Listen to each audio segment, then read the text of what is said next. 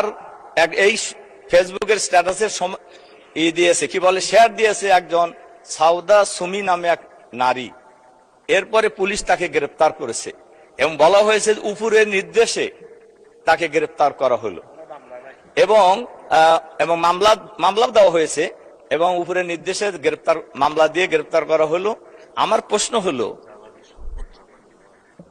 এমনি সমালোচনার মধ্যে ছিল তেলটাকে সে বেশি গুরুত্ব দিয়েছে। তো আমার প্রশ্ন হলো, উপরের নির্দেশ বলতে কাকে ওনারা বুঝিয়েছেন এটা আমি জানতে চাই। আর এর সাথে সাথে আমি মাননীয় স্পিকারের মাধ্যমে সরকারের কাছে আহ্বান জানাতে চাই, আজকের অফিস টাইমের মধ্যেই ওই নারীকে মুক্তি দিতে হবে এবং অফিস টাইমের মধ্যেই এই মামলাও প্রত্যাহার করে নিতে হবে। তার কারণ এই গ্রেপ্তারের মধ্য দিয়ে ফ্যাসিবাদী সরকারের পূর্বাভাস পাওয়া যায়, অথচ এই সরকার তো গণতান্ত্রিক সরকার, কাজে মানুষ কি কথা বলতে পারবে না? এজন্য আমি